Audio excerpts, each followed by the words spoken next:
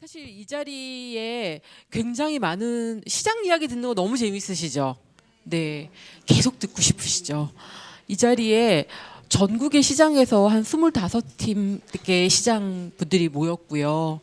뭐 가까이는 우리 과천의 바로마켓을 만드신 강영 회장님도 와 계시고, 또 멀리 저 남쪽 끝에 부산, 창원, 네, 거창, 예, 많은 지역에서 오늘 정말 새벽 차를 타고 올라오신 분들이 굉장히 많으세요. 그래서 그 소중한 시간이기 때문에 네, 귀하게 이 시간을 사용해야 되는데, 그래서 저희가 네 분의 토론자를 모시고 그 농부시장이 우리가 지속 가능하기 위해서 우리가 지금 당장 그 해결해야 될 문제들은 무엇일까, 우리가 무엇을 할 수 있을까라는 그런 질문들을 가지고 이야기를 나눠보려고 합니다.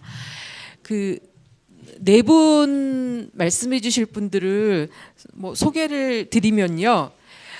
권민진 씨 아까 그 당장 소개해 주셨잖아요. 네. 사실 굉장히 많은 기업이나 지자체와 함께 그 농과 식을 연결하는 그런 브랜드 기획을 해오셨고요. 굉장히 현장의 경험이 아주 야무지게 굉장히 많으신 그런 기획자시죠. 그리고 올해 이제 굉장히 또 따끈따끈하게 신상 시장을 만들어내셨기 때문에 그 경험 속에서 하실 말씀이 굉장히 많으실 것 같아요. 권민진 선생님 함께하고 계시고요. 그 옆에 계신 분은 장영주 선생님이십니다. 사실 농가식은 내가 먹는 게 농사 짓는 거라고 우리는 믿고 있는데 생각만큼 거리가 가깝지 않습니다. 그런데 어떤 안전한 식품의 뿌리에는 건강한 농사가 있다라는 그런 확고한 신념하에 식품 영양학을 전공하신 분이시지만 어떤 농을 생각하는 그런 식품 정책을 기획하시고 네, 고군분투하시는 국회 입법조사처의 장영주 선생님 함께 하고 계십니다. 네. 네. 그리고 그 옆에는 김용자 농부님이라고 소개를 드릴 텐데요. 이분은 본인 소개를 충북 유일의 여성 야구단 블랙캐츠의 주장으로 소개받고 싶어 하십니다. 네. 이제 감독이 되셨습니까? 네. 귀촌자로서의 그 커뮤니티 기획과 관련한 다양한 일을 하고 계시는데, 마르쉐 셀러이기도 하시고, 깨가 쏟아지는 마을이라는 그런 그 협동조합, 마을 기업도 운영하고 계시고, 또 문전성시라는 움직이는 시장도 기획하고 계시는, 정말 그 귀촌자의 그 다양한 삶의 모습을 예, 보여주고 계시는 김용자 선생님 함께하고 계시고요. 옆에 홍천기 선생님은 청년 얼짱 DDP에서 이렇게 펼쳐지는 굉장히 아름다운 시장이죠. 네, 그 농업의 무대를 도시로 넓히는 다양한 컨텐츠 기획을 하시는 도농문화 컨텐츠 연구회의 홍천기 대표님 함께하고 계십니다. 네 분을 위해서 우리 이 귀한 시간 잘 써주십사. 박수 한번 부탁드릴게요. 네, 네, 권민준 선생님께 먼저 말씀 여쭐게요. 네. 첫 번째 질문은 공통 질문입니다. 현장에서 우리가 농부시장을 지속 가능하게 하고 싶어 하는데 그게 어려운 어떤 현장의 문제들이 어떤 것들이 있는지를 좀 말씀해 주시면 좋을 것 같아요. 네. 제가 농부시장 대표로 이 주제를 말하는 건 조금 안 맞는 게, 말씀하셨던 신생시장이고 경험이 너무 없다 보니까 저희가 아직 뭔가 깊게 고민할 만한 문제에 크게 부딪히지 못했어요.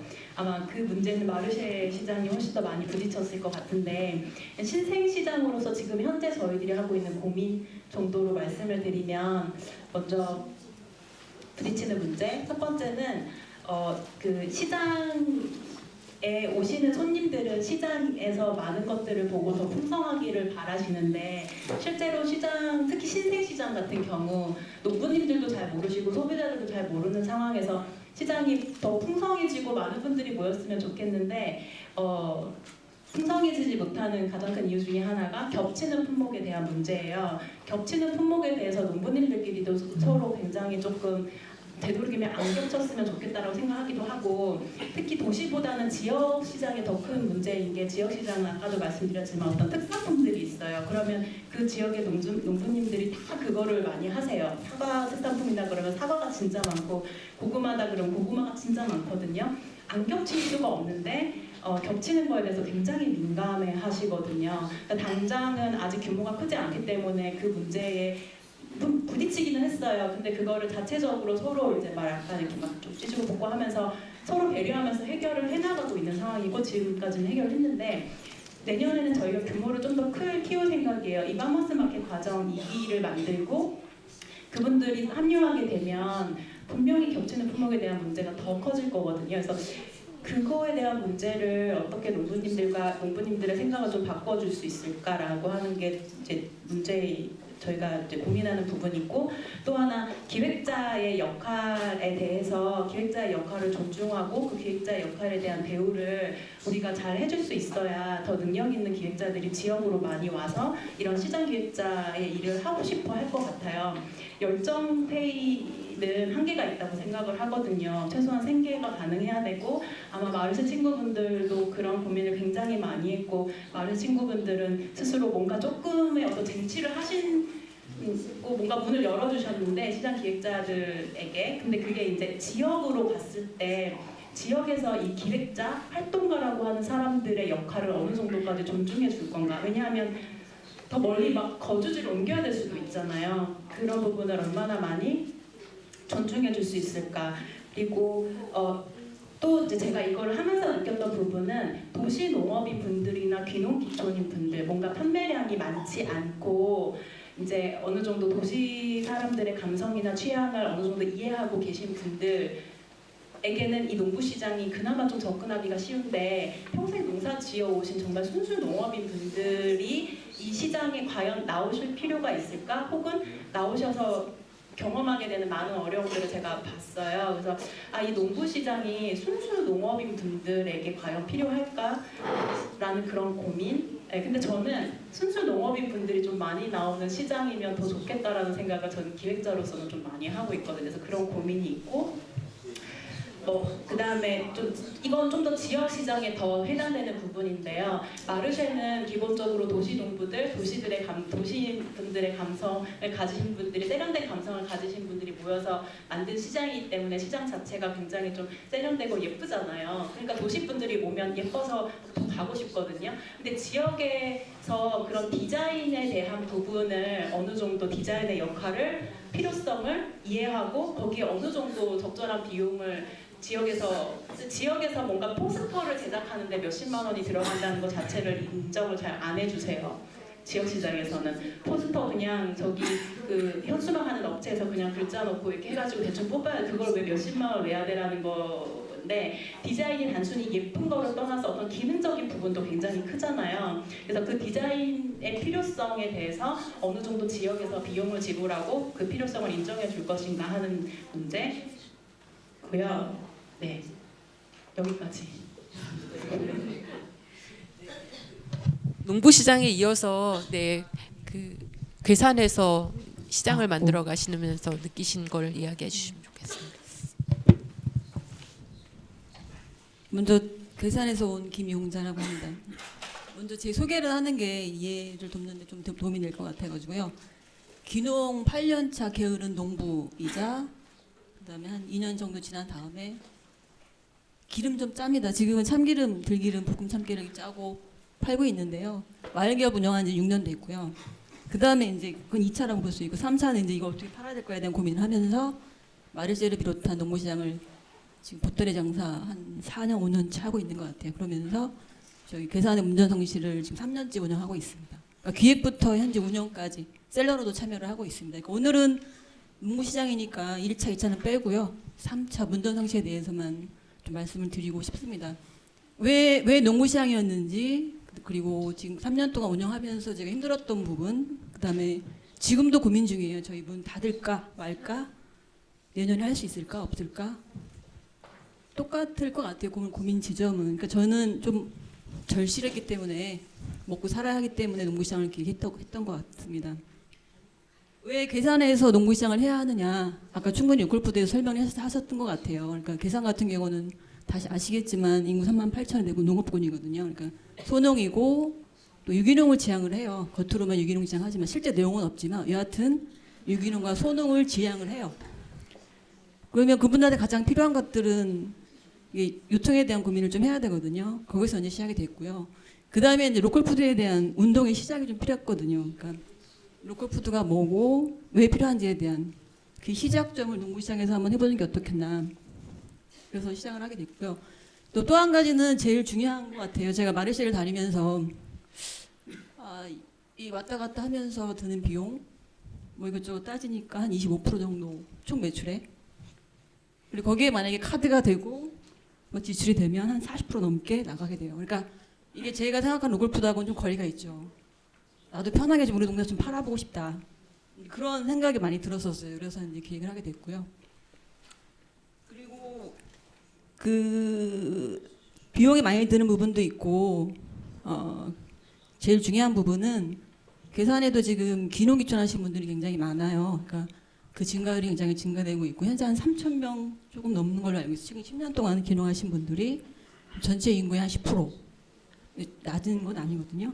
이분들이 각자 이제 개별적으로 기농을 하셔서 굉장히 힘들게 지금 저처럼 저도 사실 소통할 수 있는 분들이 많지가 않아요. 그래서 이분들이 모여서 서로 한번 소통의 그런 공간을 한번 만들어보자.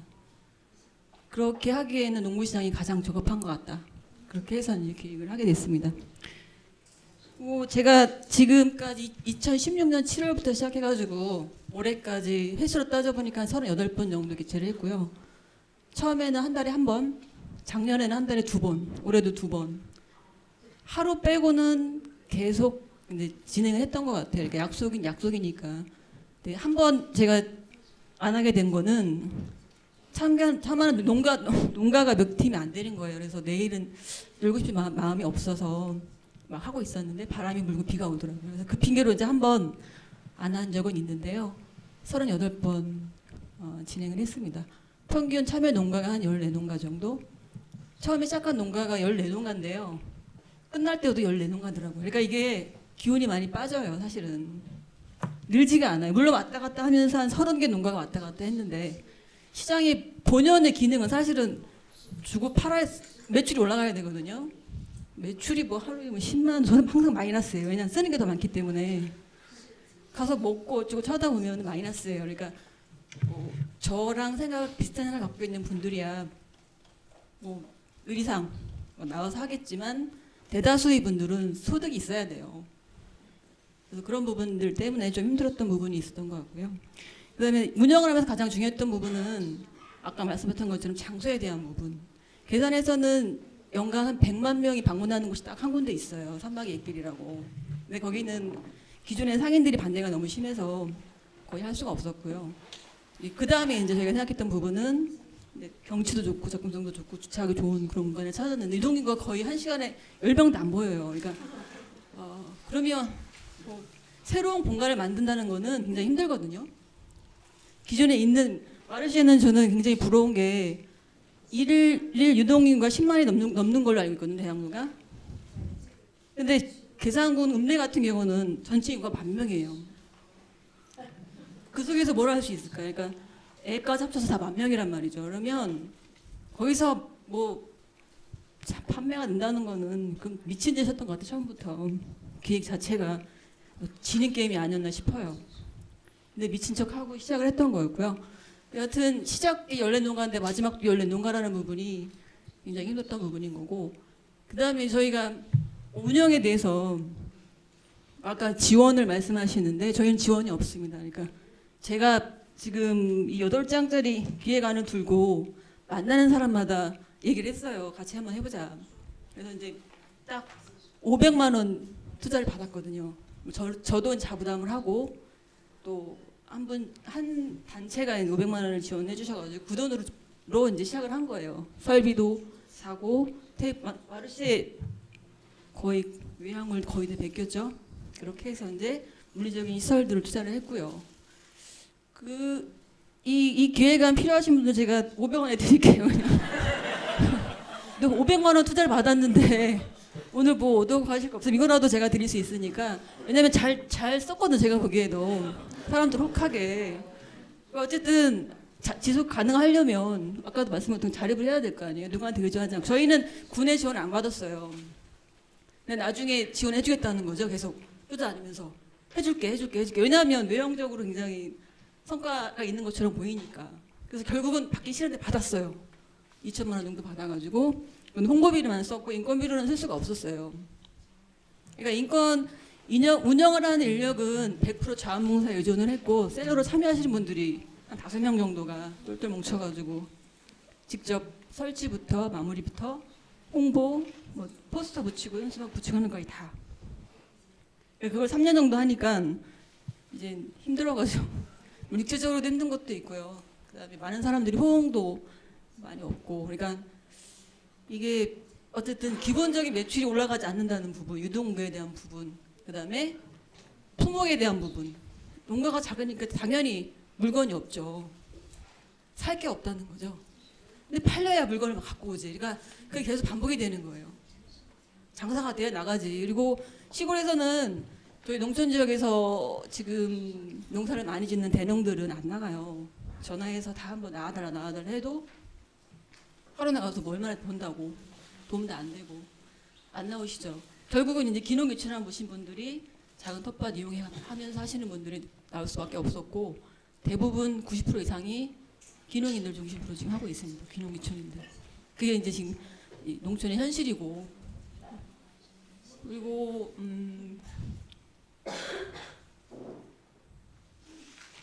제가 3년 동안 아니지 한 5년 정도 고민했던 부분들을 10분 동안 얘기하려니까 지금 저 주소가 하나도 없는 것 같아요. 한 가지만 제가 말씀드리고 싶은 게, 시장이 바뀌면 시장이 바뀌어요. 그러니까 서울은 서울시장이지만 괴산은 괴산 군수잖아요. 그러니까 군수가 시장에 대한 마인드가 전혀 없어요.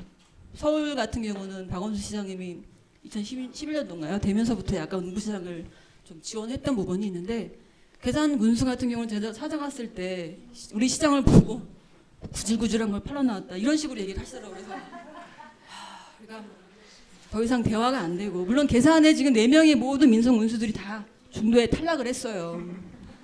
그게 가장 큰 이유고, 군수가 바뀌어야, 군수가 조금이라도 농부시장에 대한 생각이 좀 있어야 어느 정도 관심도 갖고 기운을 얻을 텐데, 심지어 저희 있음에도 불구하고 따로 만들었어요. 마켓을 군에서. 저희는 지원을 바라지 않아요. 파괴만 안 했으면 좋겠어요. 기운을 빼는 일들 우리 만들었으니까 늘 와라.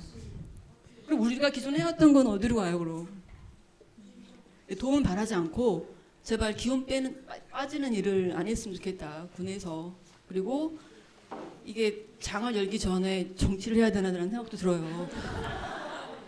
군수 하나 바뀌면 다 바뀌니까.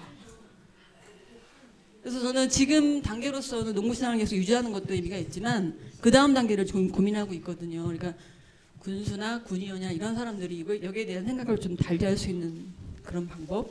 그리고 지금 저희가 3년 동안 만들었던 문전성시라고 하는 브랜드 공간에 대한 특화, 명소는 좀 그럴지 모르겠는데 랜드마크를 하나 만드는 방법, 그러니까 그런 것도 좀 고민을 하고 있고요. 네. 모르겠어요. 아직도 계속 고민 중입니다. 하실 말씀이 너무 많으시죠. 네. 그런데 일단 본인들이 말씀하신 시간을 조금 염두에 두시고 다음 질문 때 시간을 좀 조절해 주시면 좋겠습니다.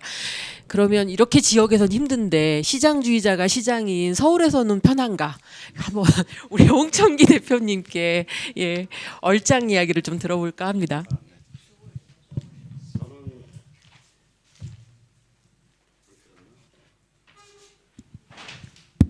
네, 저는 동대문 DDP에서 얼굴 있는 농부시장 얼짱 운영하고 있고요. 처음 출발은 슬로푸드 협회와 슬로푸드 마켓을 만들어 보자 시작을 해서 시범 운영을 통해서 이제 그러지 말고 소농이나 가족농이나 이런 유기농을 지향하시는 분들이 모이는 도시 안에 장터를 만들어 보자 해서 시작을 했습니다. 시작을 했고 시작한 지 3년이 됐고 현재는 컨셉이 다른 3가지 장터를 운영을 하고 있어요. 이제 DDP 안에서 청년 농부시장을 월 1회 하고 있고 올 7월부터는 로컬 용인에서 아파트 단지에서 청년 농부시장을 운영을 하고 있어요. 있는데 이제 이 3개를 운영해 보니까 과연 도시 안에서의 농부시장이 어떤 역할을 하는가에 대한 그 고민도 좀 있고요. 판매 중심의 마켓이 결국 진정한 마켓이냐 이런 부분도 요즘 들어서는 그런 부분들이 저한테 굉장히 많은 질문을 던지는 사례가 되고 있어요. 되고 있는 게 모든 사람들이 주변에서는 판매율을 가지고 저희를 평가를 해요. 매출이 얼마 하냐, 마르시아도 그렇고 저희도 그렇고. 그런데 이제 저희가 이제 저희 장터 소개나 이런 거는 뭐 궁금하신 분은 별도로 물어보시고요. 사실 오늘 주제는 지속 가능성에 대해서 말씀하시잖아요. 그래서 제가 3년 동안 하면서 가장 힘들었던 부분이 뭐냐면 조금 전에 계산해서 사람이 없다고 얘기하셨잖아요. 저희는 사람이 많은데 그 공간에서 언제 쫓겨날지 몰라요. 이 공간에 대한 안정성이 없기 때문에 투자를 할 수가 없어요. 이 공간에 대해서. 그래서 이게 지속 가능하게 하기 위해서는 안정적인 공간을 확보를 하는 거를 뭐 정치적이든 법적이든 어떤 형태로든지 간에 확보를 하는 게 가장 첫 번째 우선순위라고 보고요. 두 번째는 물론 이제 재정적인 자립을 어떤 식으로 할 거냐. 그다음에 그 관과 민과 아니면 뭐 다른 단체와의 어떤 갑을 관계를 형성할 거냐. 파트너를 형성할 거냐 어떤 노선의 문제도 중요하다고 봐요. 저는 이제 갑을 관계보다는 노선의 이제 파트너의 관계로 유지하려고 노력을 했고 그렇기 때문에 될 수 있으면은 직접적인 지원을 안 받으려고 노력을 많이 하는 편입니다. 많은 편이고요. 그러니까 가장 중요한 부분 중에 하나는 뭐냐면 마르쉐 이번 대표님도 하나 만나면은 이런 공간의 문제, 법적인 문제, 그 다음에 플레이어들에 대한 어떻게 대우 문제. 그다음에 이제 양질의 셀러도 사실은 저희는 필요하지만은 우수한 플레이어도 필요하거든요. 플레이어가 우수하고 열정적이어야지만 양질의 셀러들도 잘 모일 것이고 그 양질의 셀러가 모여야 양질의 소비자가 또 모이잖아요. 이게 이제 장터의 아주 생태 순환적인 구조인데 이런 부분들을 가장 근접하게 사실은 구현하고 있는 데가 이제 마르쉐라고 저는 생각을 해요. 이제 저희는 마르쉐보다 이제 그 2배 늦게 출발을 한 장터, 신생 장터이기도 하고요. 그래서 근데 저는 이제 좀 관점을 좀 틀리게 본 게요. 지속 가능하기 위해서 그런 농부 시장의 역할이 뭐냐. 물론 기능은 판매를 하고 농부들이 와서 판매를 해 소득을 보전하고 하는 그 도시민들한테 좋은 먹거리를 제공하는 게 기능이라고 본다면 도시 안에서의 농부 시장의 역할은 따로 있다고 생각을 합니다. 그래서 저 같은 경우는 그래서 주안점을 농산물에 두지는 않고요. 장소적인 특성 때문에 그런 것도 있습니다. 사람에 두고 있습니다. 사람이라는 농부, 셀러, 그 다음에 여기 참여하는 청년 운영진들 이런 사람들을 어떻게 이 장터를 통해서 인큐베이팅을 할까? 그러니까 이들이 지역에 들어가서 어떤 식으로 자기 스스로 장터를 열든 세일즈를 하든 아니 청년들 같은 경우는 약간 아사무사 농업 쪽에 관심이 있는 것 같은데 잘 모르겠던 친구들이 이 장터 같은 어떻게 보면 약간 문화적인 성격을 띠고 있는 이런 이벤트적인 플랫폼에서 경험을 통해서 농부들을 만나서 좀 더 한 발짝 더 농업 쪽으로 갈 수 있는 방법이 없을까? 이런 것 쪽으로 사실은 저는 더 지속적으로 운영을 하려고 노력을 하고 있고 지금도 진행을 하고 있는데요. 이제 그럼에도 항상 불안합니다. 이제 DDP라는 데서 저희가 재정적인 지원 받지는 않고 공간에 대한 그 지원만 받고 있는데 항상 서자예요 저희는. 그러니까 메인 행사가 들어오면 저희 자리에 밀려나야 되고 DDP를 삥삥삥 돌아야 돼요. 그런 장터가 한 공간에서 지속적으로 계속 열려야만 소비자가 안정적으로 찾아오는데도 불구하고 도시 안에서는 이제 이런 문제가 좀 발생이 되고 있고요. 두 번째는 똑같아요. 저희도요. 이제 매년에 저는 매일 아침마다 출근하면서 이걸 내가 계속 할 수 있을까? 이걸 내가 왜 계속 해야 되지? 뭐 이런 질문들을 하면서 하루하루를 사실을 가고 또 장터라는 날이 오면 또 장터를 어렵게 열어요. 장터를 열면 또 즐겁습니다. 이제 이게 마약인데요. 뭐 이제 그런 것 때문에 사실은 젊은 친구들이나 농부님들이나 이런 분들이 크게 매출이 발생이 안 되고 크게 그 자기의 재정적인 게 도움이 안 돼도 장터를 좋아하고 농부시장을 좋아하고 찾아오는 이유가 난 그런 데 있다고 봅니다. 그렇기 때문에 저희들이 법적인 문제의 어떤 즉석조리식품법이라든지 이런 부분들은 이제 장영준 선생님이 계시니까 제가 거기 그 얘기는 안 하고요. 가장 중요한 부분은 공간의 문제도 사실은 쉽지는 않습니다. 아는데 여기에 관심 있는 분들이 많이 오셨기 때문에 저희들이 조금이나마 지속 가능하게 마르쉐 같은 시장, 저희 같은 시장, 그다음에 막 싱생된 이런 꽃장, 재밌는 꽃장 같은 거, 이제 화들장 이런 여러 가지 컨셉의 다양성 있는 농부 시장이 지속 가능하게 조금 더 오래 가려면 진짜 우수한 플레이어들이 많이 도와주셔야 됩니다. 이제 이런 부분들이 그런 플레이어들, 운영진들이 단단하게 있어야만 양질의 셀러분들이 안정적으로 들어와서 농산물을 도시민한테 공급할 수 있지 않을까 하는 게 이제 저의 가장 큰 고민이기도 합니다.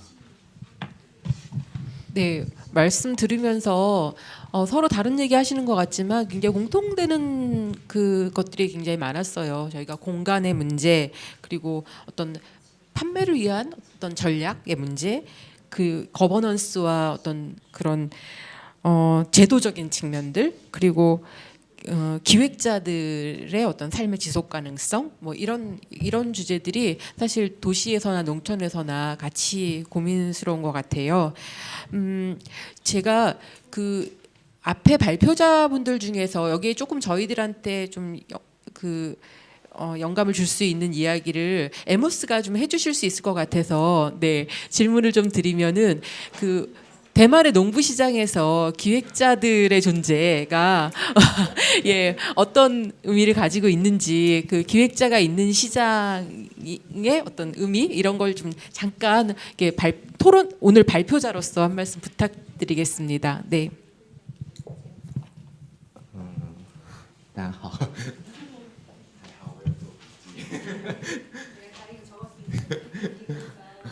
就是其实刚刚大家分享的经验，其实在台湾其实都有遇到。那我分成几个项目，我给回馈。那第一个，我觉得其实还是要从所谓的在地食物系统回来看市集这个东西，因为农夫市集在地食物系统里面的概念，它本来就是农民进到城市 ，CSA 是由消费者进到乡村。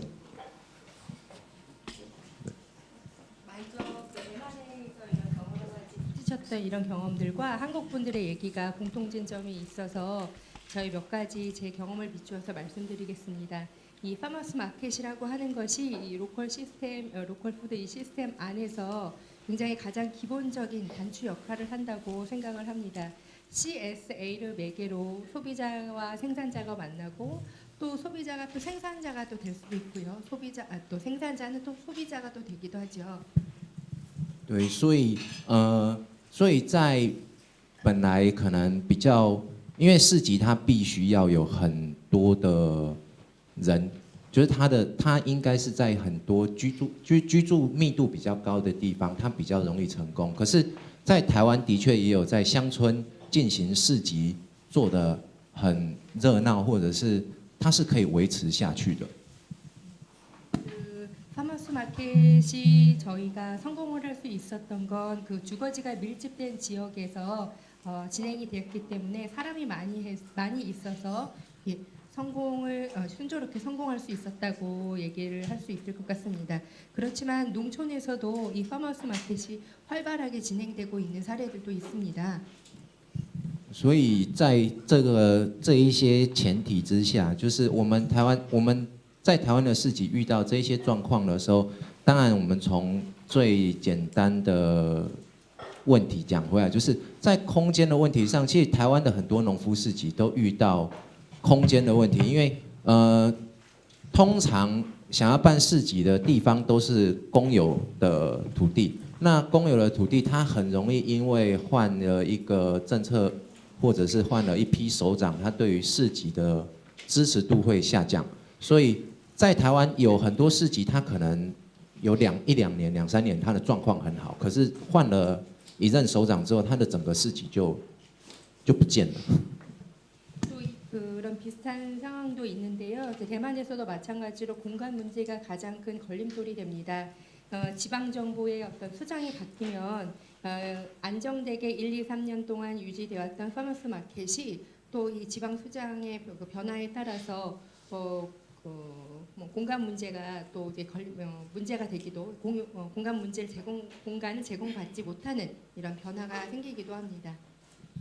所以以我们的市集的经验来讲，就是我们希望因为中兴大学它也是属于国立的大学，所以它的土地也属于国家的，所以我们想要跟学校维持比较良好的互动的关系，最简单就是我们想办法让他们把土地租给我们。那我们去租学校，就是它很难被开发成其他的餐厅，也不会有大楼，就是我们等于是使用学校最偏远的基林的土地来做我们的市集。 네, 저희가 그 대학에서 저희가 그 공간을 임대를 한다라고 말씀을 드렸었는데 일단 저희 사례 같은 경우에는 중심 공립대학에서 제공하는 국유지를 사용하고 있습니다. 그 저희가 이런 공간의 안정성을 확보하기 위해서는 그간의 학교와 이런 양호한 그 교류 관계, 좋은 관계를 계속해서 유지하기 위해서 노력했다는 것이 있었고 또 공간을 최초에 저희가 임대를 할 때 그 공간이 식당이나 혹은 뭐 빌딩으로 개발되지 않을 수 있는 약간 좀 그 구석진 곳에 이런 장소를 임대를 했습니다. 所以就是我觉得在市集它有一个很大的前提，虽然它有很多在社会上无形的贡献，比如说它可以让生产者有一个舞台，它可以让消费者去认识到食物，或者它对这个环境或等整个食物或农业的教育上，它有很大的意义的。但是不可否认的，市集它多多少少都带有商业的色彩，所以对我个人的经验来讲，以一个经理人的角度来讲，如何让这个市集可以维持运作，就会是我思考的第一个重点。 제 생각에도 여러분의 고민들을 들으면서 이 파머스 마켓이 사실은 사회의 여러 해 그 각계각층의 이런 무한한 자원을 이런 그런 지원을 받고 있다, 이제 기여를 받고 있는 것이 아닌가 또 이런 생각도 했습니다. 그 로컬 푸드를 지원하시는 분들, 환경 생태를 중요하게 생각하시는 분들이 이 파머스 마켓을 지탱하는 힘이라고 생각을 하는데. 우리가 또 그 이 파머스 마켓을 운영하면서 여러 가지 그 상업적인 이런 방해 이런 것들은 분명히 존재하게 되고요. 저도 계속 사실은 솔직히 말씀드리면 이 파머스 마켓을 지속하기 위한 그런 고민들 여러분과 같은 고민은 계속 하고 있습니다. 所以就是现在看起来我好像是生活比较稳定一点点，但其实我一开始在市集的时候，其实也都是从工读的角色开始做。那 我在做工读生的时候，其实就一直在跟生产者，因为我家本身也是务农的，所以我其实都很清楚知道，虽然农民他们都说他们不在乎生产成本，可是他们其实是最计算生产成本最清楚。所以从我在做工读生的时候，我就一直在跟他们讲，做市集必须要有生产成本的概念。 그리고 여러분들이 보이시기에는 제가 그 마켓의 매니저로 일하고 있으니까 안정적으로 일하고 있는 것으로 보이시겠지만 사실은 제가 그 매니저로 일을 할 때 그 초창기의 그런 상황으로 돌아가면 저는 농촌 출신이고 부모님이 다 농민이셨고 그리고 또 연구자의 입장에서 정말 이 삶의 이런 문제에 의해서 심각하게 고민을 했던 그런 적이 있습니다. 그 누구보다 가장 그 생산의 원가를 그 비용 코스트를 잘 계산할 수 있는 분은 농민이시고 그래서 그들의 입장에서 생각하고자 했었습니다. 所以现在也是很多农民都会看到我的工作，他就会觉得我每天就是每个礼拜只工作一天，其他的时间好像都在做我自己的事情，可是其实都是在做自己的事情。所以我常常也跟我们的农友在沟通一个概念，就是当你对企划人员，就是企划，你们想要照顾消费者，可是没有先把企划人员照顾好的时候，企划人员又如何来照顾这一群农民？ 다른 분들이 대만에서도 저를 보시기에는 뭐 그 마켓이 열리는 그 하루만 일을 하고 나머지 시간 동안에는 자유롭게 본인의 내 스스로의 이제 그 시간을 갖는 거라고 이렇게 생각을 하시는 분들도 있습니다. 예. 제가 이렇게 여러분 다른 사람들이 보기에는 이렇게 노는 것 같지만 여러분들도 아시죠, 그죠? 기획자로서 하는 일들이 되게 잡스럽고 되게 그 다양한 일들, 복잡한 일들을 처리해야 되기 때문에 사실 기획자 스스로가 스스로를 잘 다스리는 것도 되게 중요하다고 생각을 합니다.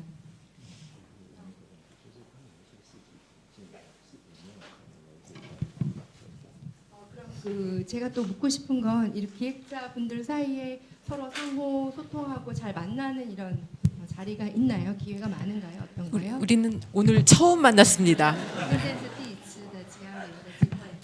네. 저희가 지난달에 대만에 가서 보니까 10년 이상 매년 농부시장의 기획자들이 한 자리에 모이는 1년에 한 번씩 한 자리에 모이는 세미나를 이어가고 있더라고요. 네, 그 자리에서 또 우리가 영감을 받은 것도 분명히 있고, 또 에모스는 충심 농부시장에서 2명의 활동가를 매니저를 고용하고 있는데 25팀의 생산자가 있으면 1명을 고용할 수 있고, 고용된 기획자가 있는 시장이 그렇지 않은 시장보다 대체로 훨씬 더 건강하게 유지 운영된다라는 그 말씀을 해주셨었거든요. 그래서 조금 저희들이 참고해볼 부분들이 있는 것 같습니다. 네, 저희가 사실 그런 제도적으로 굉장히 미흡한 그런 상태에서 제도에 뒷받침받지 못하는 상태에서 시장을 열어가고 있습니다. 많은 부분에서 그런데요. 사실 저희 농부시장에 또 굉장히 단골 손님이시고 많은 농부시장들을 이렇게 가까이서 들여다 보시면서 장영주 박사님께서 해주실 말씀이 많이 있으실 것 같아요. 네. 안녕하세요. 방금 소개받은 장영주, 직위는 사실은 입법조사관이라고 하는데요. 굉장히 생소한 분야의 직업을 가지고 있는데, 저는 식품안전관리 정책하고 그다음에 농식품부에서 추진하고 있는 농식품과 관련된 정책들을 담당을 하고 있습니다. 그래서 이제 주요 업무는 이제 국회의원들께서 뭐 입법을 하거나 아니면 어떤 정책 평가를 하거나 아니면 행정부의 어떤 추진하고 있는 어떤 것들에 대해서 어떤 개선안을 내고 싶을 때 이제 검토 보고서를 쓰는 게 주로 이제 제 업무고요. 그리고 이제 그런 측면에서 이제 행정부랑 기타 연구기관이랑 좀 다른 거는 뭐 언론의 동향이나 이런 농부님들의 어떤 생각이나 아니면 농업인 단체의 생각이나 어떤 소비자 단체의 생각이나 이런 것들을 자유롭게 전달을 해드릴 수 있어요. 그래서 이제 그런 면에서 굉장히 좀 자유로운 직업인데, 지금 오늘 이제 농부시장을 조직하시고 운영하시고 참여하시는 이제 분들과 이렇게 만남을 받게 돼서 굉장히 사실은 떨리고요. 사실은 이제 정부의 정책이라는 그런 부분하고 그다음에 지금 밑에서부터 이렇게 다시 시장의 변화를 주도하면서 한국형 파머스 마켓을 만들고 싶어 하시는 그 안에서의 어떤 질적 재고나 이런 것들을 미래를 꿈꾸시는 분들과의 그 간극이 사실은 너무 크다. 이제 그 이유는 사실은 정부나 뭐 입법기관이 그런 부분을 뭐 의도적으로 외면해서 그런 건 아닌 것 같고요. 제가 이제 법률 쪽을 담당을 하다 보니 이제 최근에 느끼는 게 농업과 관련된 법률 부분에 있어서 농업인이라는 정의 자체가 굉장히, 그러니까 농사를 짓는 분이 아니시라, 지금 이제 여러분 파머스 마켓의 농부의 개념은 이제 도시의 소비자도 참여하는 농부의 어떤 그런 개념들이 같이 지금 변해가고 있는데, 정부가 각종 뭐 지원금이나 어떤 융자 사업이나 사업을 지원하는 대상을 규정하는 쪽으로 농업은이 정의가 되어 있어요. 뭐 월 수입이랄지 소유하고 있는 땅의 면적이랄지 뭐 이런 쪽으로 되어 있어서 그 농업인에 대한 정의가 어떤 경제적 생산자로서만 비춰지는 그 정책 대상이 아니라 농촌에 거주를 하시거나 농촌과 관련된 어떤 농업과 관련된 활동을 하시는 분들이 일단은 농업인의 정에 좀 들어가야 되는 어떤 시기가 아닌가.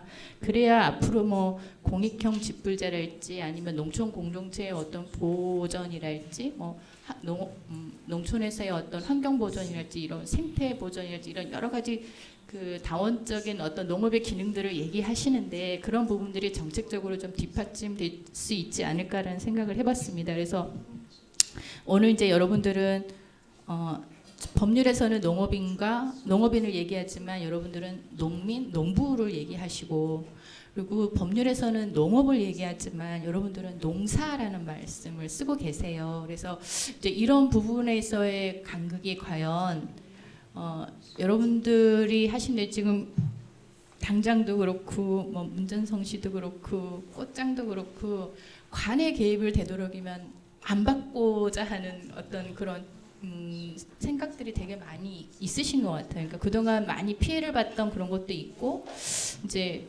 그러긴 하지만 이게 이제 지속 가능성을 가지게 하려면 사실은 이 농부 시장의 특징은 기존의 대한민국이 가졌던 시장의 기능하고는 굉장히 다른 모델이라고 생각이 듭니다. 일단 생산자와 소비자가 만나는 공간이고 생산자가 소비자가 같이 그 공동체를 이루어야만 그 앞으로 지속적으로 운영될 수 있는 특이한 시장의 형태이기 때문에 그 시장의 형태가 기존의 시장에도 어떤 설득이 되어야 되고 물론 설득이 하실 의무는 없으십니다. 하지만 설득이 돼야 되고 이제 뭐 거의 그 서울뿐만 아니라 각 지방자치단체별로 어떤 특성화된 그런 시장들이 농부가 중심이 돼서 어떤 기획자와 연계가 돼서 도시와 소비자와 연계해주는 그런 시장의 어떤 모델을 만들려면 어떤 민간 차원의 어떤 협력의 어떤 틀을 만드는 어떤 계기가 있어야 될 것이라고 생각이 듭니다. 그런 측면에서 일단 다양한 이런 농부 시장의 기획자나 운영자분들께서 이런 네트워크를 만나는 시작을 했다는 건 굉장히 중요한 시발점이 되는 것 같고요. 그런 부분에 있어서 그런 네트워크가 어떤 뭐 협동조합의 형태든 어떤 사회적 기업의 형태든 아니면 어떤 시민단체 형태든 그 파워를 키워나갈 때 이제 제도권에서는 이제 농업인의 정의부터 바꿔야 된다고 아까 말씀드렸잖아요. 그런 부분들이 만나서 좀 확대될 수 있는 어떤 시기가 10년 안에는 오지 않을까 뭐 이런 생각을 해봅니다. 사실 저희가 임시시장 안에서 임시적인 형태로 뭐 음식을 제공한다든지 그 농부들이 직접 생산한 것들을 이용해서 아주 간단한 가공을 한다든지 이런 것들이 다 사실 그 제도 밖에서 이루어지는 일들이잖아요. 그래서 이런 것과 관련해서도 좀 그동안 이렇게 생각해 오셨던 것들이 있으실 것 같아요. 맞아요. 그거를 질문을 하셨었는데 기본적으로 이제 제도권 하에서의 원칙은 지금 현재 뭐 식품위생법이나 어떤 농업과 관련된 법률이나 시장과 관련된 법률을 벗어나는 범위에 있어서의 논의는 굉장히 어려운 상황임을 말씀을 드리고요.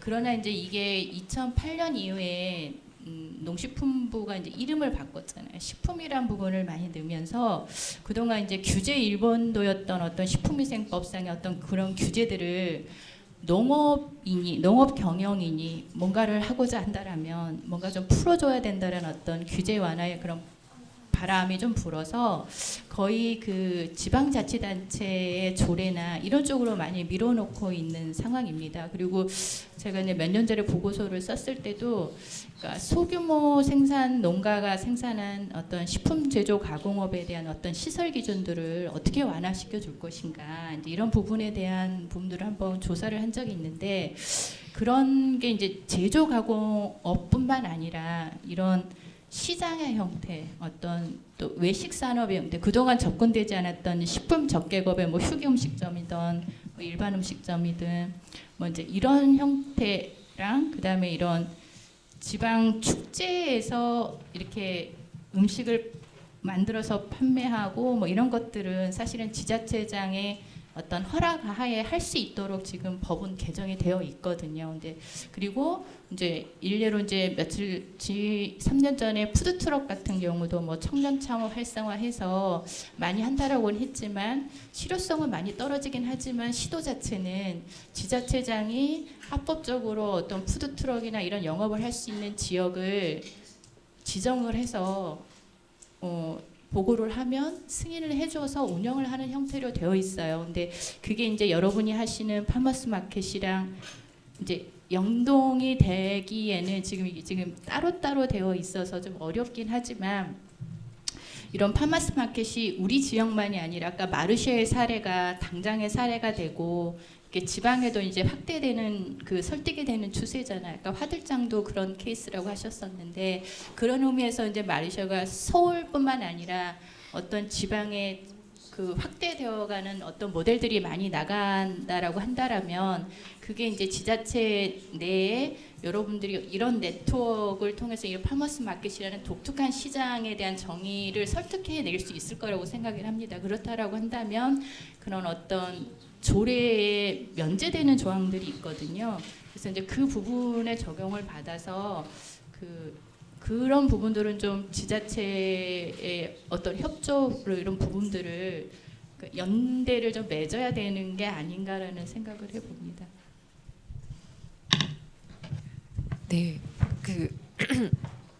사실 저희가 공원에서 아까 화들장이 지역을 설득할 때 공원에서 마로니에 공원에서 마르쉐가 시장 열고 있지 않느냐라고 해서 설득을 하셨다는데 사실 공원법에서는 모든 판매 상행위가 금지되어 있거든요. 그래서 법과 법이 계속 충돌하고 있고 이런 상태에서 저희가 조금이라도 어떤 이런 변화들을 만들어갈 때 어디서 어떤 게 틈을 이렇게 열어 나가야 될지 좀 고민이 많이 필요한 것 같아요. 예. 특히 이제 아까 말씀하셨지만 이동형 음식 판매업에 대한 것들을 어떻게 조금 더 활성화시켜서 건강하게 발전해 갈 수 있도록 정책이 밀어줄 것인지에 대한 것 그리고 어떤 공간 안정성 아까 우리 중심 파머스 마켓 같은 경우도 공유지이기 때문에 공유지에 대한 계약 관계가 성립이 된다는 거예요. 각 대학이 국유지이기 때문에 그 국유지에 대한 계약 관계가 있고 굉장히 저렴한 비용으로 공간 이용료를 지불하면 합법적으로 사용할 수 있는 거죠. 그런데 사실 우리는 그런 시스템이 없는 상태에서 저희 이제 6년을 해온 마르쉐도 사실 공간에 있어서 굉장한 불안함을 느끼고 있는 게 사실입니다. 네. 지금 저희들이 좀 해결해야 될 문제들은 굉장히 많은데 이제 우리 장영주 박사님도 그 조례라도 만들어서 그 틈을 만들어 나가는 것들은 더 사회적 합의가 필요한 거고 그 사회적 합의를 이끌어내는 것들은 여기 모인 여러분들의 몫이다라고 공을 다시 던져주시는 것 같아서 마음이 좀 살짝 무거운데요. 네, 지금 저희한테 남은 시간이 한 10분 정도밖에 없어요. 그래서 각자 저희가 이 지속 가능성을 위해서 내가 좀 도전하고 싶은 과제 그리고 어떤 변화들을 좀 만들어 볼 수 있을지 우리가 함께 할 수 있는 일이 무엇이 있을지 이런 제안을 조금 돌아가면서 해주시는 시간을 갖고 싶습니다. 네, 어떻게 할까요? 홍 대표님부터 이렇게 좀 해볼까요? 네, 네. 사실은 이제 각자의 문제는 아닌 것 같고요. 도시든 로컬이든 농부 시장을 한다는 건 이제 쉬운 일은 아니고 아까도 대만에서 말씀하셨지만은 하루만 일을 하는 건 아니거든요. 저희가요. 일주일 내내 일을 해서 주말에 일을 한번 열고 또 그런 거 이제 플레이어들이 이제 거의 상업처럼 일을 하고 있는 시장이기도 합니다. 그런데 과연 각각이 다양성 있게 나름의 컨셉을 가지고 하는 건 저는 좋다고 봅니다. 그래서 마르쉐가 이러니까 나도 마르쉐처럼 가야지. 화들장이 그러니까 나는 이렇게 가야지. 이게 아니고 각자 지역의 환경에 맞게 자기의 색깔을 가지고 만들어 나가는 게 저는 이제 우리들이 가지고 있는 하나의 문화적인 토양이라고 생각을 하고요. 또 그러기 위해서는 독고다이가 아니고 혼자서의 이런 문제가 아니고 어떤 식의 연동이 됐든지 간에 최소한의 로컬 내에서 아니면 좀 더 광역 내에서라도 정기적으로 이렇게 모여서 얘기도 하고 하는 어떤 이런 자리를 이번 기회에 한번 만들어 보는 건 어떻겠나 싶은 생각이 개인적으로 좀 있습니다. 그래서 작년에도 이제 지나가는 말로 그 쌈제 천호균 대표님하고 이본 선생님한테 제가 그러지 말고 우리 서울 시내에 있는 파머스 마켓 다 모여서 한번 해볼까? 뭐 말은 하지만은 사실은 그 액션 플랜에서는 우리가 모여서 뭐 할 건데 이제 그런 질문했을 때는 이제 할 말이 없더라고요. 이제 그런 어떻게 보면 이제 시작이 됐으니까 하나하나씩 그런 거를 조금씩 풀어나가면 뭐 조그마한 틈이라도 생겨서 또 시기가 되면 그 틈이 커지고 뭐 그러지 않을까 싶습니다. 저는 뭐 그렇게 제안을 드립니다.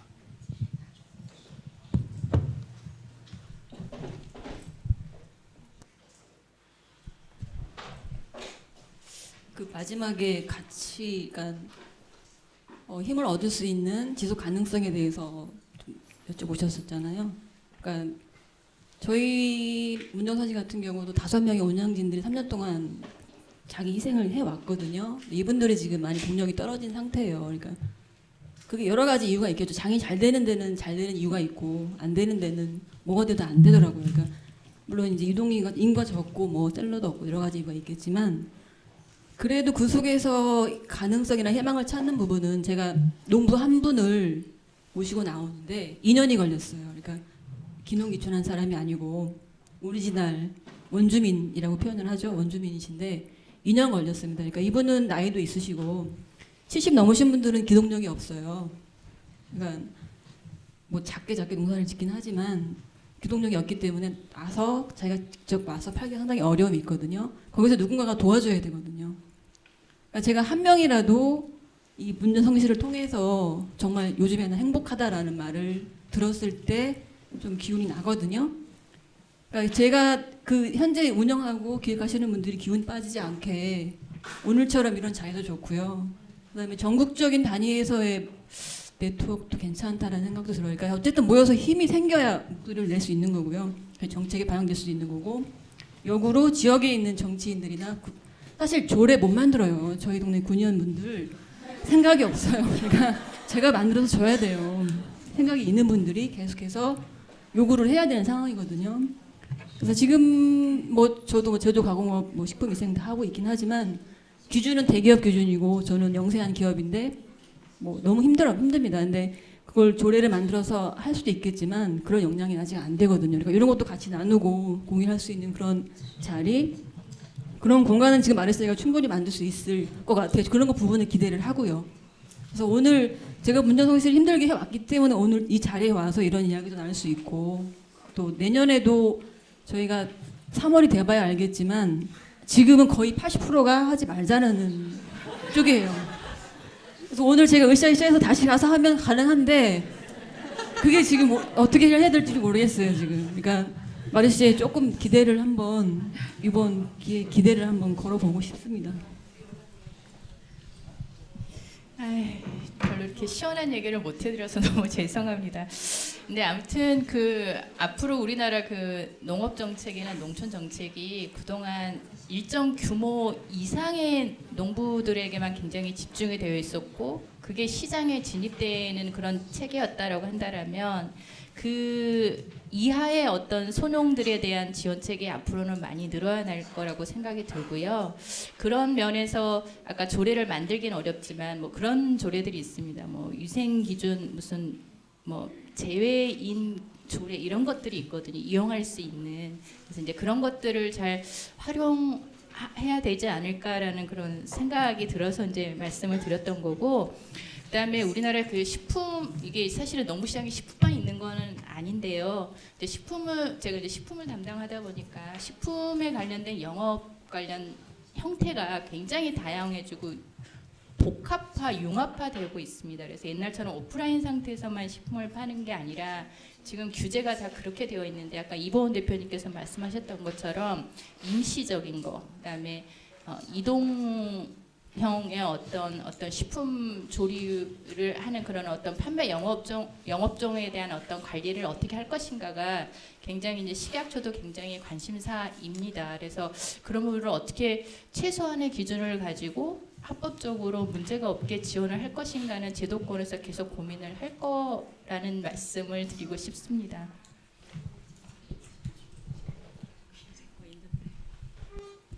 네, 앞에서 다 제가 하고 싶은 이야기 다 해주셔서 저는 그냥 마지막으로 간단히 붙일게요. 근데 그 질문을 미리 주셨을 때 한국의 농부 시장의 발전을 위해 우리가 할 수 있는 일 그리고 제가 도전하고 싶은 걸 이렇게 말씀을 주셨을 때 너무 어려운 게 아무리 생각해도 뭘 해야 될지 모르겠더라고요. 정말로 그냥 일단은 지금 당장은 버텨보는 거, 버텨보고 보여주려고 자꾸 하는 거, 뭐라도 보여주면 움직여주겠지라는 생각이 저의 결론이었고, 그러기 위해서 제가 뭐 도전해 보고 싶은 거는 사실 저는 기획하는 마케팅 전공이고요. 기획하는 일을 너무 좋아하는데 실제로 하고 있는 일은 교육이에요. 아까 시장도 교육으로 풀었다고 말씀을 드렸는데 농부님들이랑 같이 공부하는 일을 하고 있거든요. 교육으로 기획이 하고 싶은데 어쨌든 교육으로 먹고 살고 있어요. 기획으로 먹고 살 수 없기 때문에. 그리고 제가 하고 싶은 일을 어떤 회사에 소속이 돼서 하기에는 수익이 전혀 나지 않기 때문에 회사에 소속돼서 할 수가 없어서 좀 하고 싶은 일 좀 더 잘 하고 싶어서 뭐 올해 퇴사도 했고요.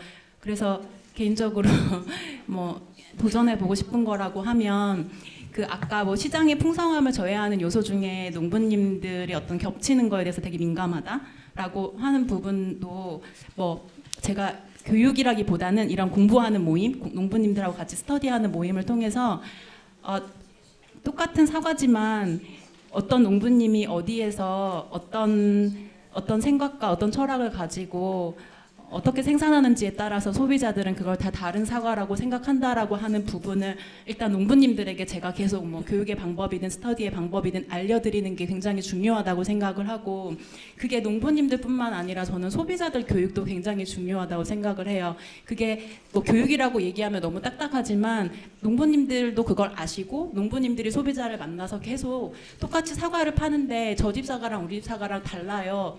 다른 사람이 농사 짓는 거니까 다르고 사과 자체를 맛있게 길러내는 것 플러스 그 사과에 나라는 사람의 어떤 개성이나 철학을 어떻게 계속 담아내고 그 개성이나 철학을 어떻게 소비자들하고 계속 내가 이야기하고자 할까 하는 노력을 해야 된다라고 하는 거를 우리끼리 계속 이렇게 이야기하고 저 같은 경우는 이렇게 교육이나 공부하는 모임으로 계속 해나가고 싶은 거. 그리고 저는 마케터이기 때문에 농부님 쪽도 굉장히 중요한데 소비자와 농부님들의 접점에서 계속 그들 사이에 메신저가 되어주는 역할을 계속 해나가고 싶은 게 저의 도전 과제입니다. 네, 제가 뭐 오늘 토론을 참석을 하면서 이제 전반적으로 너무 암울한 그 농부시장의 현실들을 얘기를 해서 이대로 끝나면 안 되겠다 싶어서 좀 희망적인 얘기를 하고 끝을 내려고 합니다. 사실 제가 농부시장을 처음 본 게 30년 전에 유럽에서 봤어요. 근데 그게 지금 저희들이 시작된 지가 몇 년 안 됩니다. 근데 결과론적으로 유럽의 정책이나 선진국의 정책을 대비해서 우리나라 농업의 현실과 대비해서 우리가 지나치게 빠르게 조급하게 바람을 하는 것도 좀 욕심이라 생각을 하고요.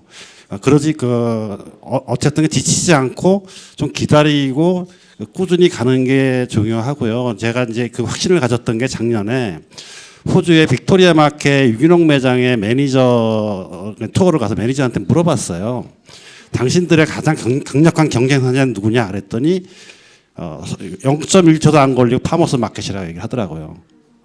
그렇게 가기까지는 30년, 40년의 시간이 필요했고 또 그거 1세대에서 지치지 않고 갔던 거를 2세대가 이어서 가고 이런 어떤 문화적인 토양을 만들어서 이제 그런 문화가 생긴다고 저는 생각을 합니다. 그래서 전혀 현실이 어둡진 않고요. 희망적입니다. 힘냅시다. 네. 저희들의 이야기를 이렇게 들어 주신 분 중에 그 첫 번째 발표를 하셨던 헌화벽 선생님 잠깐 말씀 부탁드릴게요. 좀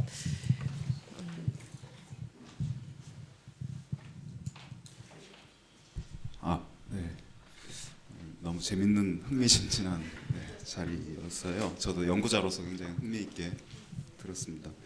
일단 대만 사례는 여러 가지 이제 일반적인 아주 전형적인 모델인데 몇 가지 굉장히 흥미로웠던 것은 아이들을 위한 이제 체험 교육이나 식교육 파트는 굉장히 흥미로웠고요. 예를 들면 완주의 로컬푸드 직매장이 뭐 아이들을 데리고 이제 농가에 가서 뭐 체험을 한다거나 캠프를 한다거나 뭐 이런 식의 이제 연결들이 가능한데 그게 이제 파머스 마켓에서도 가능하구나 뭐 이런 생각을 좀 했고, 참고로 미국이나 이런 데서는 이제 뭐 학교 아이들을 이제 파머스 마켓에 데리고 가서 뭐 수업을 한다든지 이런 식으로 이제 많이 활용을 하기도 하거든요. 그런 것들 좀 우리가 좀 고민해볼 필요가 있는 거고요. 그리고 무엇보다도 대만의 지금 파머스 마켓이 가장 의미를 주는 점은 대학 공간을 쓰고 있다는 거죠. 예, 국립대학. 그게 사실은 미국, 영국, 호주 거의 지금 대부분의 선진국들의 상당수의 파머스 마켓들이 다 대학 안에서 운영이 되고 있다는 거죠. 대표적으로 미국이 이제 주립대학 거의 모든 주립대학이 다 캠퍼스 안에 파머스 마켓들 가지고 있고, 뭐 하버드, 뭐 예일 대학, 뭐 스탠퍼드 이런 명문 대학들 다 파머스 마켓 가지고 있고, 먹거리 교육 프로그램하고 뭐 학교 그 농장하고 다 이렇게 이제 다 연결 관계들이 이렇게 있는 것들이 있어서 우리나라만 유독 대학 공간을 거의 활용을 못 하고 있는 것 같아요.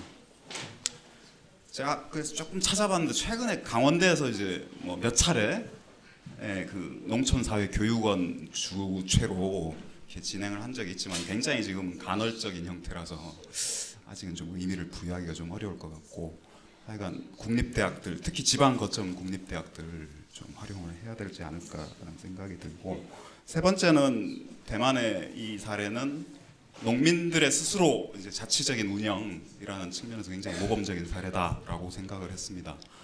그 일본의 로컬푸드 직매장들, 농산물 직매장들도 마찬가지입니다만 가장 대표적인 그러니까 첫 출발의 형태가 농민들이 스스로 규칙을 만들고 조직을 만들고 규칙을 만들고 운영을 해 나가는 거잖아요. 근데 그게 우리나라에 들어와 가지고 지금 농협 쪽, 지자체 쪽 그 로컬푸드 직매장들을 보면 농민의 자율성이 거의 없습니다. 그냥 농협이나 지자체가 그냥 이렇게 스태프들이 끌고 가는 형태로 되고 있어서 그 부분은 우리가 농부시장 아니면 사실 좀 농부시장이라도 그렇게 좀 가야 되지 않을까라는 생각을 하고, 그 마지막으로 지금 로컬푸드 직매장이 우리나라의 로컬푸드 어떤 그 직판 수단에 있어서 가장 이제 핵심적인 가장 파워풀한 이제 상황이 됐는데, 저는 그럼에도 불구하고 이 농부시장의 가치는 분명히 차별성이나 가치는 분명히 있다라고 봐요. 이 로컬푸드 직매장 자체가 일본에서 그 외국의 파머스 마켓을 이제 받아들이고 자기화시키는 과정에서 이제 로컬푸드 직매장만의 장점이 있다라고 해서 그걸 더 이제 확산시켰고, 근데 다만 이제 이 농부시장이 가지고 있는 생산자와 소비자의 직접적인 대면적 커뮤니케이션의 상당 부분을 이제 희생을 한 거죠. 예, 그 이제 라벨링을 통해서 희생을 한 건데, 그 희생 과정에서 사실은 이제 대체할 수 없는 것들이 분명히 있다라고 봐요. 예, 그래서 그런 부분들은 이 우리나라만의 좀 독특한 농부시장의 이런 분위기나 이 컨셉을 가지고 어떻게 보면 로컬 푸드 직매장의 가장 강력한 라이벌로서 이 전국의 농부 시장들이 좀 역할을 해줄 수 있지 않을까, 저는 그렇게 생각을 합니다. 네, 감사합니다. 너무 사실 이야기 이제 시작할 것 같은데 끝내야 돼서 너무 아쉽고요. 네, 그 얘기 하고 싶어요. 얼마 전에 한 농부님 뵀는데 그 농부님이 한농은 작물을 기르고 중농은 땅을 기르고 상농은 사람을 기른다고 말씀하시더라고요. 근데 저희는 사실 농부시장 기획자들이잖아요. 근데 우리는 작물을 팔죠. 예, 생산물을 팔아요. 그런데 사실 우리가 그 제공하는 것은 그보다 훨씬 더 많은 다원적인 것들, 특히 새로운 장보기 경험을 만들어내고 있고요. 그리고 이걸 통해서 우리는 생산 기획자들을 기르고 또 우리들의 공동체를 길러 나가고 있습니다. 우리들의 일들을 정말 이렇게 즐겁게 해나갈 수 있는 그런 그 에너지들을 서로에게 좀 더 주고받을 수 있는 시간들이 준비되어 있습니다. 예, 오늘 이렇게 수고해주신 발표자들께 박수 부탁드리겠습니다. 네.